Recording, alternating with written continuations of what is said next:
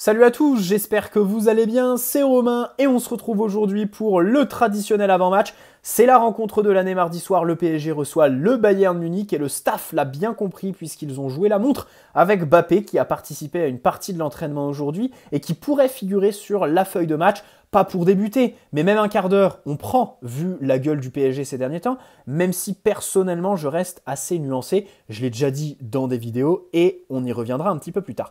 Commençons par la question des supporters qui étaient au camp des loges aujourd'hui sans pour autant dialoguer avec des joueurs, des membres de la direction, du staff, puisque personne ne s'est présenté, ils ont juste sifflé des voitures qui sortaient, des voitures teintées, on ne sait même pas quels joueurs ils ont sifflé, et avant cela, il y a eu la prise de parole de Kimpembe, mégaphone au stade Louis II face aux supporters qui ont fait le déplacement. Assez courageux, surtout que bon, ça fait 6 mois qu'il est à l'infirmerie. C'était peut-être pas à lui de faire ce genre de choses, mais on connaît le garçon. C'est quelqu'un qui, bien sûr, mouille le maillot, est présent, a un lien avec les supporters très fort, qui est assez diplomate. Dans le vestiaire, je pense que c'est pareil. Ça doit être quelqu'un qui est consensuel, qui s'entend avec tout le monde. Donc bravo Kimpembe pour ça. Même si, attention, je l'attends aussi sur le terrain. Les gens disent capitaine, capitaine Kimpembe. Je rappelle qu'à chaque fois qu'il a été capitaine, il a fait une dinguerie. La dernière en date, c'était le tacle idiot en septembre qui lui a valu plus d'un mois de blessure. Bref, dans tous les cas, les autres, c'est honteux. Warren, Garbi, Donnarumma aussi se sont présentés face aux supporters. Tous les autres ont fui au vestiaire. Marquinhos a carrément conseillé aux joueurs de ne pas aller voir les supporters qui étaient énervés. Il s'est présenté à Amazon Prime, c'était lunaire. Avec son cartable d'écolier, là, sa tête de déprimé complètement qui pue la loose. Thierry Henry à côté qui le regarde. Mais t'as vraiment l'impression qu'il a envie de lui sortir des dingueries, vu les dingueries que Marquinhos lui-même sort. Alors après, il faut apprendre à perdre contre Marseille. Hier, il nous a dit, on fait des sacrifices, on laisse nos familles. Oh, pauvre chou, tu laisses ta famille une nuit pour te mettre au vert, te déplacer en principauté dans un hôtel 5 étoiles avec tes collègues que tu vois de 9 h à 13 h tous les jours, pendant lesquels tu as tous tes après-midi pour aller chercher tes gamins à l'école, t'occuper de ta petite femme qui, elle, s'est plaint sur les réseaux sociaux. On ne sait pas de quoi. Elle a dit qu'elle était déçue. J'espère qu'elle parlait des performances de son coéquipier, non, son mari carrément. Parce que pour ce qui est de son lien avec les supporters, il a quand même été préservé très longtemps. Et il l'est encore par la direction qui visiblement va le prolonger en lui augmentant son salaire. Ce qui est une dinguerie absolue, disons-le. Ce genre de discours est absolument fou. J'ose pas imaginer s'il jouait en première ligue, le Marquinhos, s'il avait le Boxing Days et donc pas de vacances d'hiver au Brésil. Oh là là, pauvre chou.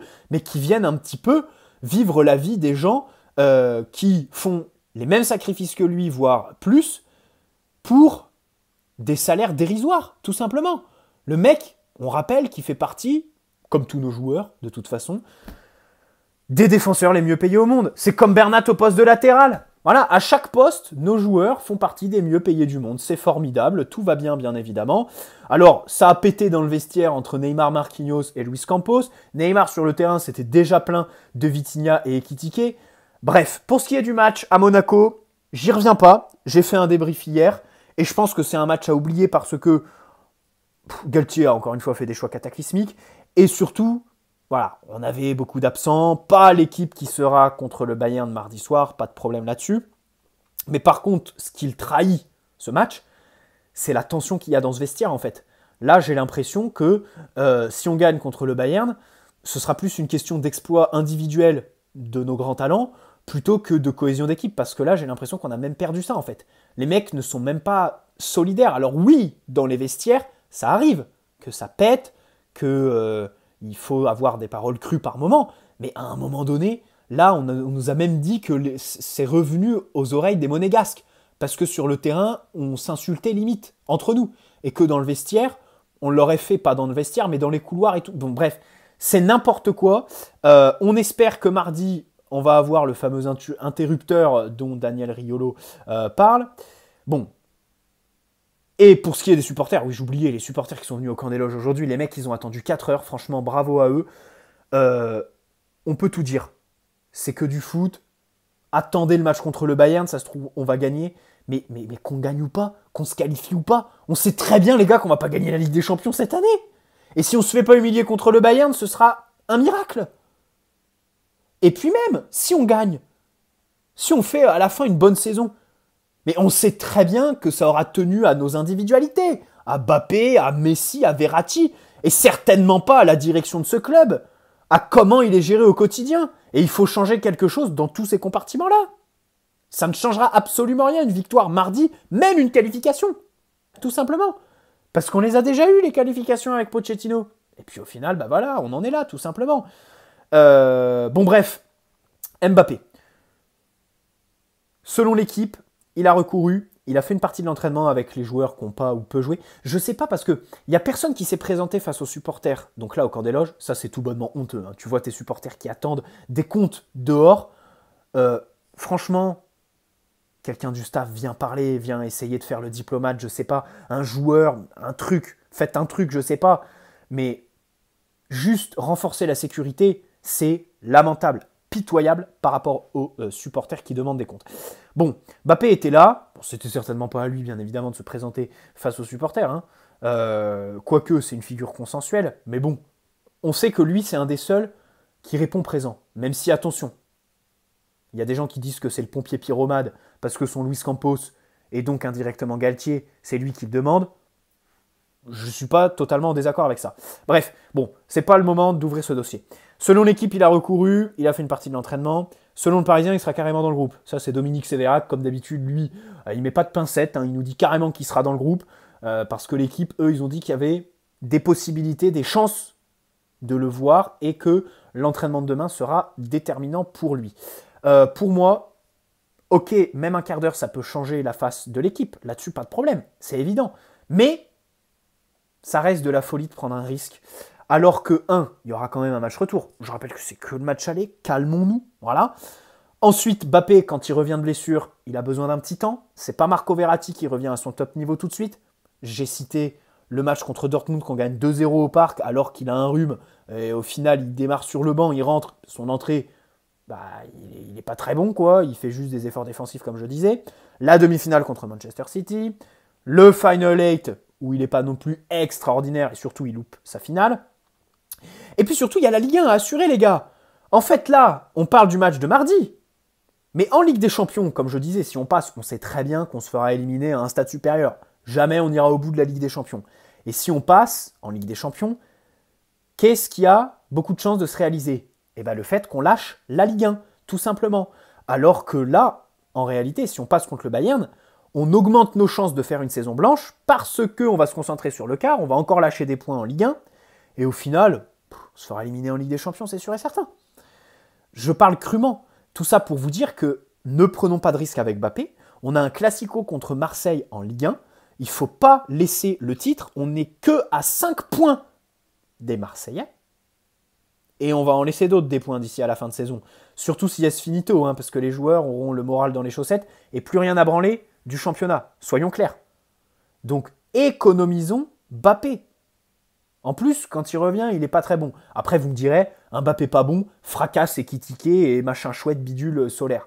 Bref, donc voilà, évitons de renforcer les risques de saison blanche en grillant Mbappé, parce qu'imaginons, il rentre demain, mardi. Bon, il fait son entrée, peut-être qu'il met un but, allez, au meilleur des cas, il arrache un nul, ou il nous fait gagner le match, super. Derrière, il se répète. Il a besoin de temps de repos. On perd des points en Ligue 1, au final, au retour, on n'assure pas contre le Bayern comme d'habitude, ou alors on se fait péter en quart de finale, et en Ligue 1, bingo, voilà. Moi, franchement, je le vois comme ça, le truc de Mbappé. Et puis surtout, c'est que le match aller, les gars, calmons-nous. J'y viendrai, là, je parle avec beaucoup de pessimisme, je finirai la vidéo avec une touche d'optimisme. Verratti et Messi sont disponibles, bien évidemment. Contre Monaco, le club a clairement fait l'impasse, ça c'est clair. C'était des forfaits diplomatiques. Alors, selon l'équipe, 4-4 de losange, avec Danilo, Vitinha, Verratti et Neymar donc au milieu de terrain, Messi et Ekitike. Je ne sais pas ce que Ekitike a pour être titulaire dans un match de Ligue des Champions. En réalité, son match contre Monaco est encore mais pourri. Neymar lui hurle dessus pour qu'il prenne la profondeur, pour qu'il soit un point d'appui, je ne sais pas quoi. C'est cataclysmique, voilà. Il a plus de bio Instagram que de buts sur les dernières semaines, Ekitike. Je rappelle qu'il a changé de bio 2 fois en 24 heures vendredi. Vous faites les comptes, on y est. Techniquement, on ne sait pas ce qu'il fait là. Physiquement, il est frêle. Il a même une attitude nonchalante pour faire le contre-pressing, pour se replier, qui fait que par rapport à un Sarabia qui lui apportait quand même de l'équilibre, mais Ekitike, il t'énerve en fait. Et puis surtout, quand il n'a pas le ballon, il fait des gestes. Alors, bon, contre Monaco, c'était un petit peu moins que contre Toulouse. Encore heureux, parce que franchement, mon garçon, calme-toi, t'es pas Mbappé. Voilà. Et c'est ça qui m'énerve avec Ekitike. Puis surtout quand il a le ballon. Mais là, tu vois que le mec est complètement paumé. Mais là, est-ce qu'il va réussir à retrouver son football cette saison? C'est très compliqué. Quand il touche le ballon, il fait à chaque fois un geste, mais cataclysmique en fait. C'est pour lui, pour ses coéquipiers, c'est dingue. Je ne sais pas si on se rend compte comment il est paumé. Parce qu'il est français, parce qu'il est jeune, on l'épargne. On est tombé sur Ressé, on est tombé sur Solaire, on est tombé sur Sarabia. Mais Ekitike, bon, alors, pour moi, je ne vois pas quelles sont les qualités qui jouent en la faveur d'une titularisation contre le Bayern, en fait. Je préfère ajouter quelqu'un au milieu plutôt que d'avoir ce point d'appui. Il gagne même pas des ballons quand Donnarumma il envoie des parpaings devant. Il gagne même pas les duels aériens. Il a même pas de jeu de tête. Quand nos latéraux ils centrent, ils se déplacent tellement mal et à contre-courant qu'il est pas là. Sur les seconds ballons, pareil, il est pas là. Et quand il en a un, ben sa finition elle foire. Parce qu'il pète un plomb, il a pas de sang, je sais pas quoi. Bref, c'est pas le sujet. Pour moi, j'ai milité depuis le mois de janvier, je reste fidèle à mes convictions. Il faut le système A3, surtout sans Mbappé dans le 11. C'est le seul système en 3-5-2, avec un milieu en plus, pour faire plaisir à Galtier, avoir la présence au milieu, et au moins quelque chose qui te permet de faire un petit peu mal au Bayern, à savoir tes latéraux. C'est de la folie d'avoir mis 100 millions sur Nuno et Hakimi pour pas les mettre en piston. Ces mecs ont tellement de qualité, surtout le Bayern dans les 1 contre 1, à la perte, il y aura des espaces. J'y reviendrai, optimisme, le Bayern n'est pas celui d'Hansi Flick, d'il y a quelques années. Le Bayern a des défauts. Individuellement, il y a des joueurs qui ne sont pas dans leur standard. C'est peut-être dur ce que j'ai dit, parce qu'ils les retrouvent peu à peu, De Ligt par exemple. Mais du moins collectivement, à la perte, il y aura des choses à faire. Surtout si Mbappé réussit à rentrer un quart d'heure. Mais voilà, pour moi, il faut jouer à 3 derrière. Et puis surtout, défensivement, ça te permet de limiter la casse face à des mecs qui vont jouer normalement à 4 offensifs en plus des latéraux qui se projettent. Et de mettre Ramos dans des dispositions un petit peu normales dans l'axe. Donnarumma, évidemment, est là. C'est un des seuls en qui j'ai confiance. C'est bizarre, hein, parce que c'est son dernier match à élimination directe en Ligue des Champions. On sait tous lequel c'est. Mais aujourd'hui, c'est un des seuls dans l'effectif qui nous apporte quelques garanties sur ses capacités quand même à repousser l'échéance. Ou alors à nous préserver un score. Marquinhos, je le mets donc à droite de la défense, voilà, parce qu'il est rapide, il va avoir des 1 contre 1 à jouer, il faut le mettre en défense. Je le mets pas au milieu. Franchement, si Kimpembe était dispo, j'aurais mis Marquinhos au milieu et Kimpembe à sa place. Mais je vois pas Presco démarrer un match de Ligue des Champions avec 10 minutes sur les 4 derniers mois. C'est de la folie. Je vois pas dans quel monde il démarre le match contre le Bayern. Ramos dans l'axe. Ça, bien sûr, c'est une évidence parce que voilà, il faut qu'il court le moins possible vers son but. Il faut lui donner Choupo-Moting. Et puis, allez, j'ai envie d'être optimiste. À gauche, je mets Danilo. Danilo qui, même si sur ses premiers appuis est un petit peu lent, quand il est lancé, il est rapide. Donc, c'est-à-dire que tu vas entourer Ramos de Danilo et Marquinhos qui sont susceptibles de gommer les quelques erreurs qu'il peut faire quand il sera placé haut sur le terrain. De l'autre côté, je pense que, à la différence de nos matchs de Ligue 1, le Bayern va avoir beaucoup de ballons, donc va se retrouver en phase d'attaque placée, alors qu'en Ligue 1, on est très haut, on se retrouve à gérer des contres, et je pense que Ramos aura plus à défendre plus bas, et forcément, plus il est proche de son but, mieux il est. Parce que, voilà, il ne faut pas qu'il se fasse prendre face à des joueurs qui sont lancés, qui sont en contre-attaque, avec un PSG qui est cassé en deux, qui a des intervalles pour la prise de profondeur. Donc, franchement, allez, j'ai envie de dire, et puis surtout sur les centres aussi. Le Bayern va se retrouver à centrer beaucoup. Alors, ils ont une vraie force avec Choupo-Moting, mais Ramos, tu peux tout dire. Contre Marseille, il fait un bon match. Franchement, il fait un bon match dans la défense, dans la surface, dans les airs, comme je disais dans mon débrief. Danilo, je le mets bien évidemment en défense. Ça suffit.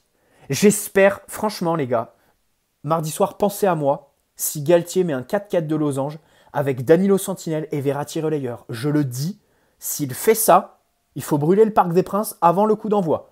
C'est de la folie pure et douce. Contre Lens, on s'est fait massacrer avec cette configuration. Contre Marseille, idem, s'il le remet en Ligue des Champions, mais c'est de la pure folie parce que Danilo, on peut tout dire Danilo. Ok, c'est un soldat, je l'adore, mais il faut qu'il soit défenseur. C'est son meilleur poste. Et Verratti, son meilleur poste, c'est Sentinelle. Pourquoi? Parce que nos défenseurs n'ont pas de personnalité.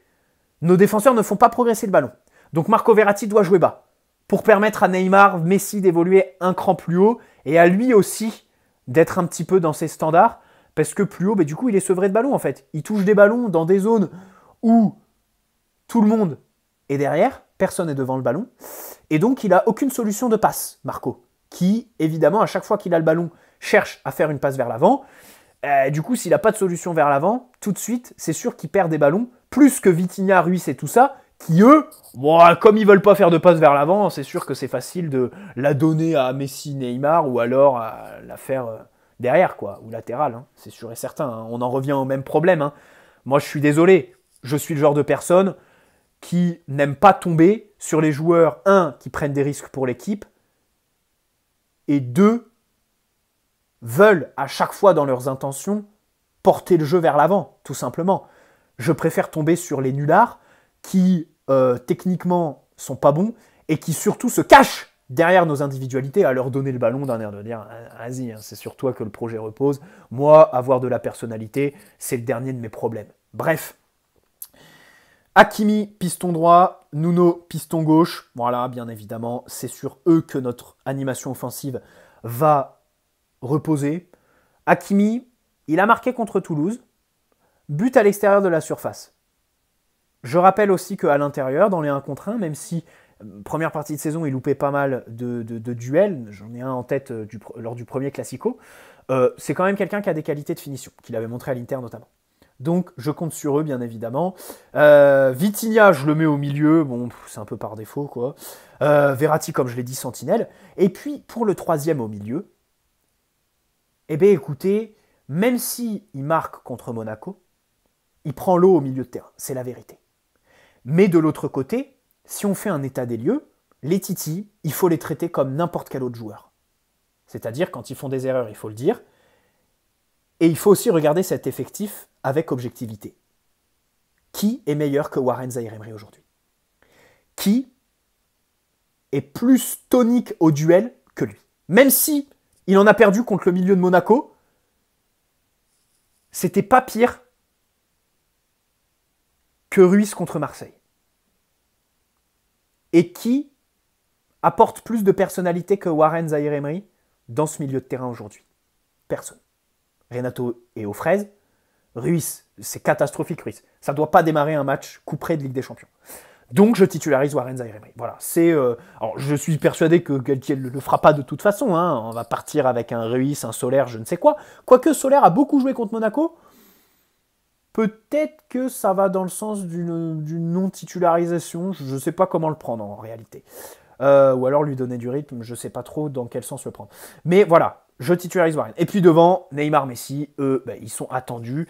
Bien évidemment, il va falloir que les duels, ils les gagnent hein, avec ballon, que sans, ils fassent beaucoup d'efforts. Et puis on espère que leur troisième homme pourra un petit peu rentrer en fin de match, même si, comme je l'ai dit, je pense qu'objectivement, le staff, ils le feront rentrer. Mais, personnellement, si c'est ça, il y a quand même énormément de risques. Et je vous ai étalé tout mon scepticisme là-dessus. L'arbitre sera Michael Oliver. Alors, on l'a affronté qu'une seule fois. C'était le match contre le Benfica au Parc des Princes en octobre, le 1-1. Alors attention, détrompez-vous, hein. C'est pas le match où il y a une semelle sur Verratti d'Enzo Fernandez qui doit faire rouge. Non, ça c'était à l'aller. C'est pas lui qui a oublié le carton rouge sur Marco Verratti. C'est un bon arbitre. En Première Ligue, même si en Ligue des Champions, il n'a pas arbitré de gros matchs pour l'instant. Je crois qu'il n'a pas arbitré au-delà des quarts de finale.